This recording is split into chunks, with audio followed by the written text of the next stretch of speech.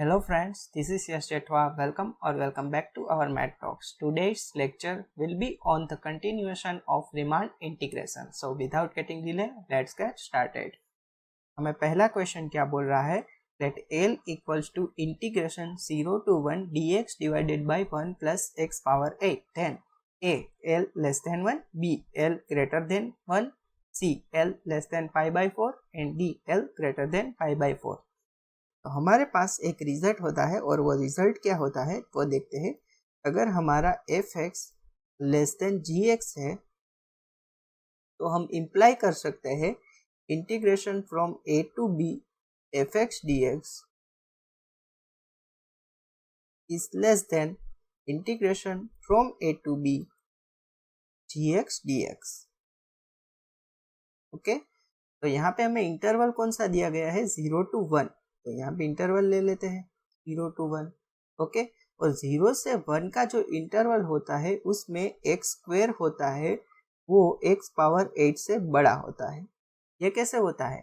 अगर हमने 1/2 कंसीडर किया तो 1/2 स्क्वायर हो जाएगा, जो कि बड़ा होगा किससे? 1/2 पावर 8 से। ओके, तो अगर दोनों ही साइड अगर हम 1 1 ऐड कर दे तो 1 plus x square greater than 1 plus x power 8 हो जाएगा। अगर इसको इस तरफ ले आए तो क्या हो जाएगा? 1/1 प्लस एक्स पावर 8 है, वो बड़ा होगा किससे? 1/1 प्लस एक्स स्क्वायर से। तो अगर दोनों ही तरफ इंटीग्रेशन कर दे तो 0 से 1 1/1 प्लस एक्स पावर 8 हो जाएगा greater than dx। Of course 0 से 1 के बीच में 1/1 प्लस एक्स स्क्वायर dx हो जाएगा। और L क्या है? L यही तो है, तो यहाँ पे हम L पुट कर सकते हैं। तो L इज ग्रेटर देन किससे हो जाएगा? इसका अगर इंटीग्रेशन करें तो हमें क्या मिलने वाला है? n इनवर्स x मिलेगा। कहाँ से कहाँ के बीच में? 0 से 1 के बीच में। तो हम क्या इम्प्लाई कर सकते हैं? L greater than pi by 4। तो L greater than pi by 4 वाला जो ऑप्शन है वो सही हो जाएगा और ये वाला गलत हो जाएगा। अभी ये चेक करना है, तो वो कैसे करेंगे? हम एक और चीज अप्लाई कर सकते हैं कि 1/1 प्लस एक्स पावर 8 है, उससे क्या बड़ा होगा? 1 बड़ा होगा, क्योंकि इससे मैक्सिमम, इसे मिनिमम कितना कर सकते हैं? इसका 0 कर सकते हैं हम लोग। तो 0 पुट करेंगे तो इसकी मैक्सिमम वैल्यू क्या आ जाएगी? 1। तो अगेन दोनों ही तरफ 0 से 1 के बीच में इंटीग्रेट करें तो क्या मिल जाएगा? यहाँ पे dx लिख दे और यहाँ पे भी 0 से 1 के बीच में dx लिख दे, तो ये वाली चीज तो 1 बनने वाली है, L बनने वाली है। तो L equals to 0 to 1 dx divided by 1 plus x power 8 is less than किससे? इसका इंटीग्रेशन क्या हो जाएगा? x फ्रॉम 0 to 1 हो जाएगा। तो L इज लेस देन, इसका अगर वैल्यू पुट करें तो 1 माइनस 0 आ जाएगा, तो L लेस देन 1 हो जाएगा। तो L लेस देन 1 वाला ऑप्शन सही हो जाएगा और L ग्रेटर देन 1 वाला ऑप्शन गलत हो जाएगा। तो कुल मिला के A and D are the correct answer over here. चलिए आगे बढ़ते हैं। सेकंड क्वेश्चन हमें क्या बोल रहा है? विच of the conditions below imply that a function f from closed interval 0 1 to r is necessarily of bounded variation. A. F is monotone function on closed interval 0 1. B. F is a continuous and monotone function on closed interval 0 1. C. F has a derivative at each x belongs to open 0 1. And D. F has a bounded derivative on the interval open 0 1। Okay, तो इसे कैसे discuss करेंगे? इसके लिए हमारे पास results होते हैं, वो कुछ रिजल्ट होते हैं, वो मैं यहाँ पे लिख देता हूँ।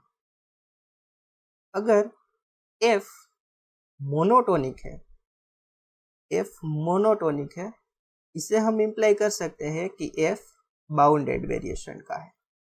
f अगर पीस वाइज मोनोटोनिक है, कैसा? पीस वाइज मोनोटोनिक है, तो भी हम इम्प्लाई कर सकते हैं कि f हमारा बाउंडेड वेरिएशन का है। और f डैश बाउंडेड है, यानी कि डेरिवेटिव बाउंडेड है, तो भी हम बोल सकते हैं कि f किसका है, बाउंडेड वेरिएशन का। तो इस तीनों रिजल्ट का हम यूज करेंगे। तो डी ऑप्शन क्या बोल रहा है, f has a bounded derivative on the interval 0-1। तो बाउंडेड वेरिएशन का हो जाएगा, तो डी ऑप्शन सही हो जाएगा। बी क्या बोल रहा है, f is a continuous and monotone function. Monotonic है तो हमारे पास बाउंडेड वेरिएशन का हो जाएगा, बी भी सही हो जाएगा। f is a monotone function on 0-1, yes ये भी करेक्ट हो जाएगा। सी ऑप्शन है f has a derivative at each x in open 0-1। हमने कल एक फंक्शन डिस्कस किया था और वो क्या था, अगर आपने देखा हो तो f(x) हमारा कुछ इस प्रकार का हो, x power alpha shine 1/x power beta when x not equals to 0 and 0 if x equals to 0 is continuous। कब होगा ये continuous, if alpha greater than 0। Differentiable कब होगा ये, अल्फा ग्रेटर देन 1। एंड ये बाउंडेड वेरिएशन का कब होगा, जब अल्फा ग्रेटर देन बीटा हो।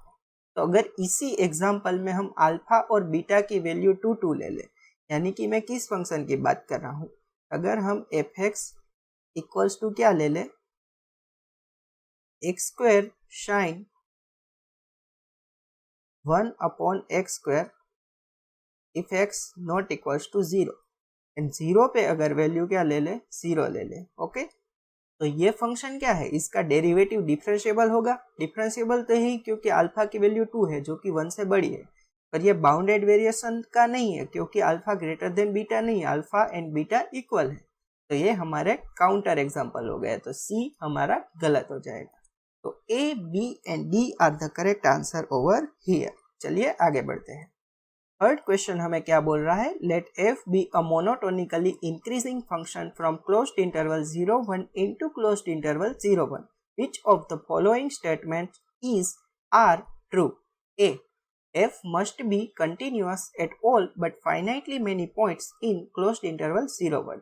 b, f must be continuous at all but countably many points in closed interval 0-1.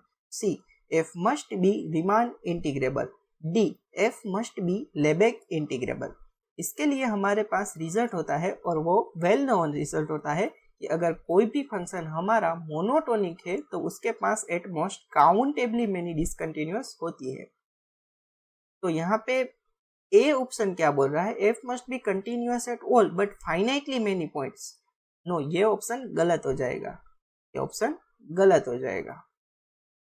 तो ये ऑप्शन क्या बोल रहा है, must be continuous at all but countably many points in closed interval 0-1। तो ये option सही हो जाएगा। तो अगर हमारे पास एक और रिजल्ट होता है कि अगर किसी भी फंक्शन के पास अगर काउंटेबली मेनी डिसकंटिन्यूअस भी है तो भी वो रीमान इंटीग्रेबल तो होता ही है, तो रीमान इंटीग्रेबल वाला भी ऑप्शन सही हो जाएगा। और अगर कोई भी फंक्शन रीमान इंटीग्रेबल है तो वो लेबेग इंटीग्रेबल भी होता है, तो डी ऑप्शन भी हमारा सही हो जाएगा। तो कुल मिला के B, C and D are the correct answer over here. चलिए फोर्थ क्वेश्चन हमें क्या बोल रहा है, let a be a positive real number, which of the following integrals are convergent. A, integration 0 to a 1/x power 4 dx। b, integration 0 to a 1/√x dx। c, integration from 4 to infinity 1/x log x dx। and d, integration from 5 to infinity 1/x into log x square dx। तो इसे कैसे discuss करेंगे, आइए देखते हैं। वैसे हमारे पास इसका वेल नोन रिजल्ट होता है, वो क्या होता है वो भी देख लेते हैं, बाद में हम कंप्यूटिंग मेथड से भी काउंट करेंगे। पर ये रिजल्ट क्या होता है, अगर हमारे पास कोई भी ऐसा फंक्शन है a to b 1/x minus a या x माइनस b कुछ भी हो सकता है power p dx is convergent if p less than 1। ये वाला रिजल्ट होता है हमारे पास। तो इससे ये वाला जो इंटीग्रल है वो कन्वर्जेंट आएगा और ये वाला जो है वो डाइवर्जेंट आएगा।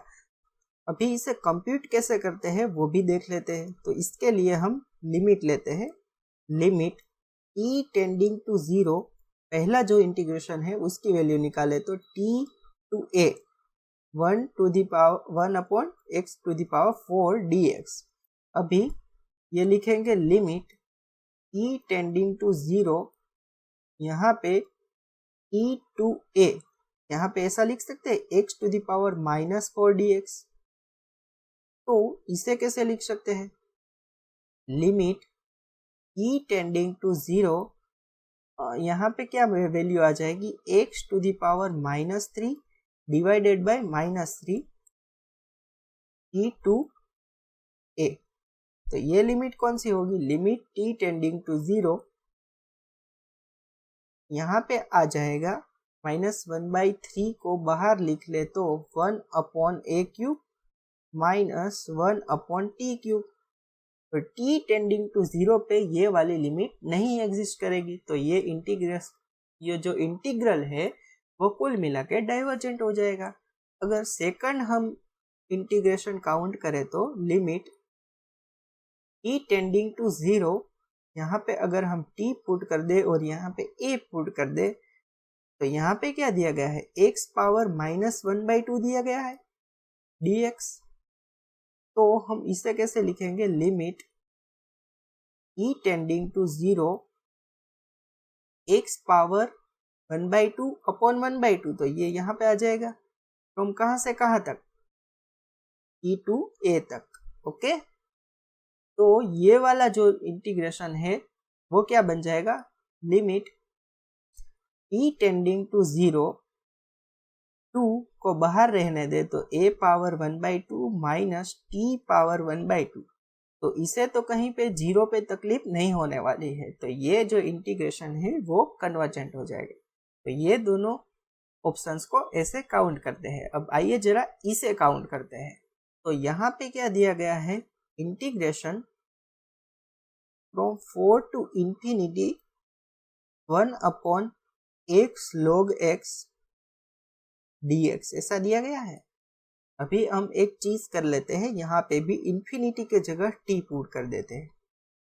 तो limit t tending to infinity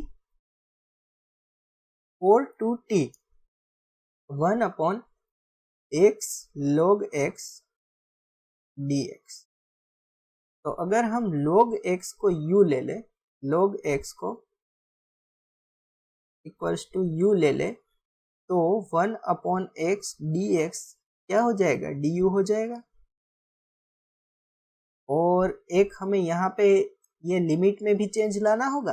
अगर x हमारा 4 है तो u कितना हो जाएगा, x equals to 4 implies u equals to कितना हो जाएगा, log 4।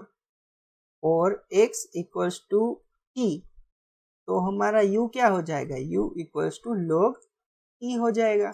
ओके, तो ये सा चेंज हम कर लेते हैं यहाँ पे। तो ये क्या हो जाएगा, limit t tending to infinity 4 की जगह क्या आ जाएगा, log 4, यहाँ पे t की जगह पे log t, यहाँ पे u पुट करें तो 1 अपॉन u, यहाँ पे 1 अपॉन x dx को क्या लिख सकते हैं, du। तो ये क्या आ जाएगा, limit t tending to infinity 1 upon u का इंटीग्रेशन log u होता है। तो log u में ये दोनों ही लिमिट पुट करें तो log of log t minus log of क्या आ जाएगा, log 4 आ जाएगा। तो limit t tending to infinity पे ये वाली जो लिमिट है वो एग्जिस्ट नहीं करेगी।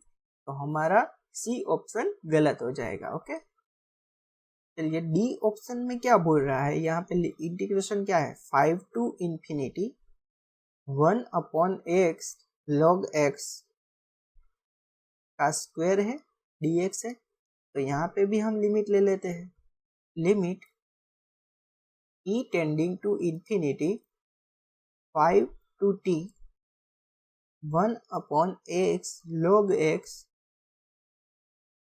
का स्क्वायर dx ले लेते हैं। चलिए इसे इंटीग्रेट करते हैं।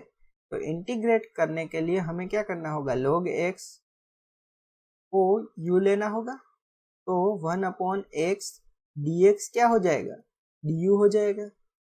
सिमिलरली अगर हमारा x इक्वल्स टू 5 है तो u इक्वल्स टू log 5 हो जाएगा, and x equals to t है तो u हमारा क्या हो जाएगा, u equals to log t हो जाएगा। तो ये हम यहाँ पे पुट करें तो limit t tending to infinity log 5 to log t 1/x dx की जगह क्या आ जाएगा, du आ जाएगा, और log x का जो स्क्वायर था तो यहाँ पे क्या आ जाएगा, u स्क्वायर आ जाएगा। तो अगर हम इसे इंटीग्रेट करें तो limit e tending to infinity u power -2 आ जाएगा, तो u पावर -1/-1 यानी कि 1/u -1/u log 5 to log t। तो इसे हम कैसे लिख सकते हैं, limit e tending to infinity -1/log t -1/log 5। तो t टेंडिंग टू इंफिनिटी पे ये एग्जिस्ट करेगा, ये 0 हो जाएगा, और ये तो फाइनाइट ही है तो ये इंटीग्रेबल होगा। ओके, यानी कि ये वाला इंटीग्रेशन है वो कन्वर्जेंट होगा। चलिए आगे बढ़ते हैं। चलिए फिफ्थ क्वेश्चन हमें क्या बोल रहा है, define f on closed interval 0-1 by fx equals to x square if x is rational and x cube if x is irrational, then a f is not Riemann integrable on closed interval 0-1, b f is Riemann integrable and integration 0 to 1 fx dx equals to 1/4, c f is Riemann integrable and integration 0 to 1 fx dx equals to 1/3, and d 1/4 equals to lower integration है 0 to 1 fx dx is less than upper integration fx dx equals to 1/3। तो इसके लिए मैं आपको एक trick बताऊंगा। Trick क्या है, ट्रिक ये है कि अगर fx हमारा फंक्शन हो, fx इक्वल्स टू इस टाइप के कोई फंक्शन दिया गया हो, yx if x belongs to rationals and zx if x belongs to irrational। तो हमें क्या करना होगा, अगर ये दोनों ही इंटीग्रेशन निकालने हो तो, यानी कि लोअर इंटीग्रेशन हमें कोई इंटरवल भी यहाँ पे दिया गया हो a to b, यानी कि इंटीग्रेशन हमें a to b के बीच में करना हो, तो हम ये दोनों ही वैल्यू निकालेंगे, a to b yx dx and a to b zx dx। ये दोनों वैल्यू निकालेंगे, और इसमें जो छोटी वैल्यू होगी वो कौन सा होगा, ये वाला होगा।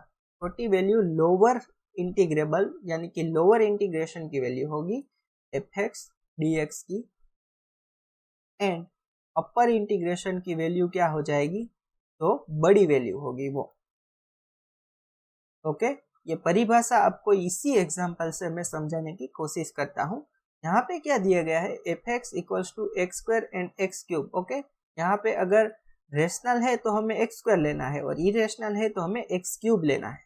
तो ये बड़ी बड़ी जो टेक्निक है उससे करने से बेटर है हम ट्रिक से सोल्व करें। तो यहाँ पे हमें क्या करना होगा, और इंटरवल कौन सा है हमारा 0 to 1, तो 0 to 1 के बीच में दोनों को इंटीग्रेट कर दीजिए। पहले 0 to 1 एक्स स्क्वायर dx करेंगे तो हमें क्या मिल जाएगा, एक्स क्यूब बाई 3 यानी कि 1/3 इंटू 1 ऐसा आ जाएगा, यानी कि 1/3 मिल गया। सिमिलरली हम 0 to 1 एक्स क्यूब निकाल ले, एक्स क्यूब dx, तो x पावर 4/4 आ जाएगा, तो 1/4 यहाँ पे 1 यानी कि 1/4 आ गया, तो 1/3 एंड 1/4 आ गया। तो इसमें से बड़ा कौन है, बड़ा ये वाला वैल्यू है। तो हमारा ये वाला जो इंटीग्रेशन है lower integration 0 to 1 x square dx वो छोटी वैल्यू होगी। छोटी वैल्यू कौन सी है, 1/4, तो इसे 1/4 लिख देते हैं। एंड बड़ी वैल्यू है वो अपर इंटीग्रेशन होगा 0 to 1 अपर fx dx, इसकी वैल्यू क्या आ जाएगी 1/3। तो ये दोनों इक्वल नहीं है, तो ये रीमान इंटीग्रेबल फंक्शन तो नहीं होगा। पर ये lower integration and upper integration की वैल्यू मिल गई है। आपको डी ऑप्शन देखो, ये जो लोअर इंटीग्रेशन की वैल्यू है 1/4 मिली, जो कि सही है, क्योंकि अपर इंटीग्रल की वैल्यू है 1/3 मिली, उससे छोटी है। ओके, तो डी ऑप्शन करेक्ट हो जाएगा। रीमान इंटीग्रेबल तो नहीं है क्योंकि ये दोनों सेम आनी चाहिए। ओके, तो ये गलत हो जाएगा, ये भी गलत हो जाएगा। एंड ए ऑप्शन क्या बोल रहा है, F is not Riemann integrable on closed interval 0, ये ऑप्शन सही हो जाएगा। ओके, तो आई होप आपको ये ट्रिक अच्छी लगी होगी। चलिए आगे बढ़ते हैं। सिक्स्थ क्वेश्चन हमें क्या बोल रहा है, consider the integral a equals to integration from 0 to 1 x power n 1 minus x power n dx. Pick each correct statement from below. A is a rational number. B, 0 less than a less than or equals to 4 power minus n. C, a is a natural number. And D, a inverse is a natural number. तो अगर आपने beta function पढ़ा हो, beta function, तो वो क्या बोलता है, अगर हमारा इंटीग्रेशन फ्रॉम 0 to 1 हो, x पावर अल्फा माइनस 1 हो, 1 minus x power beta minus 1 हो, dx हो, तो उसे हम कैसे लिख सकते हैं, तो मतलब ये बीटा फंक्शन हो जाता है और इसकी जो वैल्यू होती है वो क्या होती है, gamma alpha gamma beta upon gamma alpha plus beta, ये वाली वैल्यू हो जाती है। तो यहाँ पे कुछ इसी प्रकार का फंक्शन दिया गया है।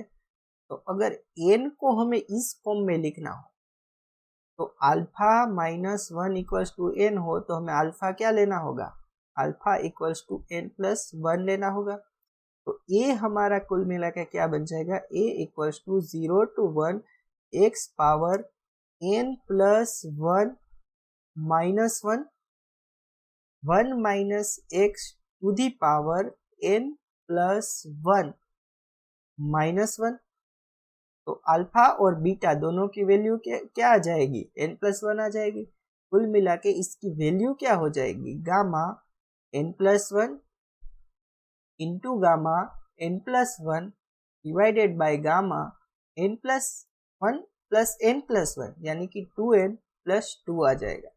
तो अगर हम यहाँ पे n इक्वल्स टू 1 ले लें, n इक्वल्स टू 1 ले लें, तो ये वैल्यू क्या देगा, गामा 2 एंड यहाँ पे 1 पुट करेंगे तो 2 प्लस 2 यानी कि गामा 4।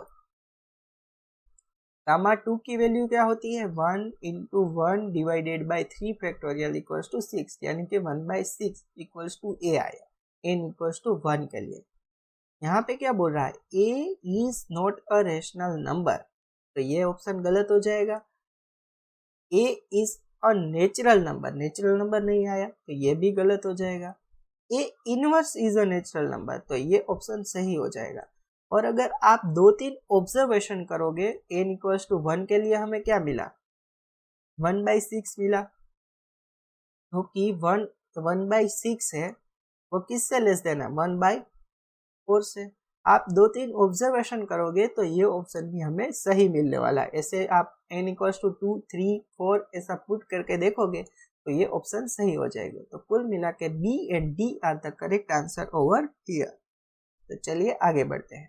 चलिए 7th क्वेश्चन हमें क्या बोल रहा है, let chi A X denote the function which is 1 if x belongs to a and 0 otherwise. Consider F X equals to summation from n equals to 1 to infinity 1 upon n power 6 chi from closed interval 0 to n divided by 200 x belongs to closed interval 0 1 and fx is a Riemann integrable on closed interval 0 1, b Lebesgue integrable on closed interval 0 1, c is a continuous function on closed interval 0 1 and d is a monotone function on closed interval 0 1। अगर हम fx को expand करें तो वो कैसा दिख रहा है, अगर n की वैल्यू 1 पुट कर दी तो 1/1 पावर 6 काई क्लोज्ड इंटरवल 0 से लेके 1/200 हो जाएगा, x प्लस 1/2 पावर 6 काई, यहाँ पे क्या आ जाएगा 0 से लेके 2 power 200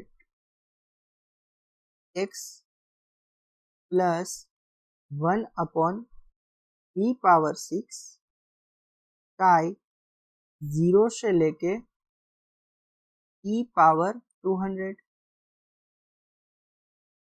plus and show on. ये सिलसिला कब तक जारी रहेगा? जब तक ये वैल्यू हमारी 200 तक आ जाए। ओके, 1 अपॉन 2 पावर यानी कि 200 पावर 6 काई 0 से लेके 1 तक 200 पुट कर दिया तो 200 बाई 200 1 हो जाएगा। ओके, तो ये सीरीज हमें यहीं तक चेक करनी है क्योंकि हमें 0 से 1 के बीच में ही इंटरवल लेना है।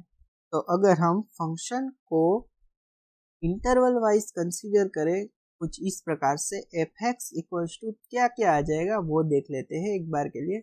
अगर हमारा x है वो हम कहाँ से ले, 0 से लेके 1 अपॉन 200 तक का ले। ओके, तो 0 से लेके 100 के बीच में कोई भी अगर हम x लेंगे तो वो ये इंटरवल में भी आ जाएगा, इसमें भी आ जाएगा, इसमें भी आ जाएगा और इसमें भी आ जाएगा। ओके, तो हमारी जो ये सीरीज है वो क्या बन जाएगी, 1 upon 1 power 6 plus 1 upon 2 power 6 plus and so on 1 upon 200 power 6। पर अगर हमने हमारा x है वो कहाँ से कंसीडर किया, 1 अपॉन 200 से लेके 2 अपॉन 200 तक के बीच में कंसीडर किया। तो यहाँ पे अगर हमने x कंसीडर किया तो ये जो इंटरवल है उसमें ये x हमारा नहीं आएगा, तो ये पहला टर्म है उसकी वैल्यू ये 0 दे देगा। तो कुल मिला के हमारी सीरीज अब क्या बनेगी, 1 अपॉन 2 पावर 6। ये सारे के सारे इंटरवल में आ जाएगा। आप अगर ध्यान से ऑब्जर्व करोगे तो ये सारे के सारे इंटरवल में ये वैल्यू आने वाली है। तो ये सारी वैल्यू आ जाएगी 1 upon 3 power 6 and so on करके 1 अपॉन 200 पावर 6। सिमिलरली हम ऐसे ही ये x की वैल्यू को कि 199 अपॉन 200 से लेके 1 तक में ले आएंगे तो ये जो फंक्शन वैल्यू है वो क्या आ जाएगी, ये सारे के सारे इंटरवल में ये वैल्यू नहीं आ सकती है, तो यहाँ पे ये वैल्यू जरूर आएगी। तो ये लास्ट में ये बचेगा 1 अपॉन 200 पावर 6। तो आप जैसे कि देख पा रहे हो कि ये जो फंक्शन है वो हमारा कौन सा है, मोनोटोनिक टाइप का फंक्शन दिख रहा है। तो ऐसा क्या कौन सा ऑप्शन बोल रहा है, D is the correct answer over here, is a continuous function on R. अगर आप ध्यान से देखोगे तो ये जो ब्रेकिंग पॉइंट है उस पे ये वैल्यू डिफरेंट दे रहा है, तो कंटिन्यूअस फंक्शन तो नहीं होगा। पर इसकी जो कंटिन्यूटी जो ब्रेक हो रही है वो तो सिर्फ फाइनाइट पॉइंट पे ही ब्रेक हो रही है, तो ये हमारा रीमान इंटीग्रेबल फंक्शन तो हो जाएगा। तो रीमान इंटीग्रेबल होगा तो लेबेग इंटीग्रेबल भी हो जाएगा। ओके, तो आई होप आपको आज के सारे क्वेश्चन समझ में आए होंगे। तो समझ में आए हैं तो इस वीडियो को लाइक कर दीजिए और अगर नए हो तो चैनल को सब्सक्राइब कर दीजिए। मिलते हैं जल्द ही अपनी नेक्स्ट वीडियो में। Till then keep learning and keep evolving. Thank you so much.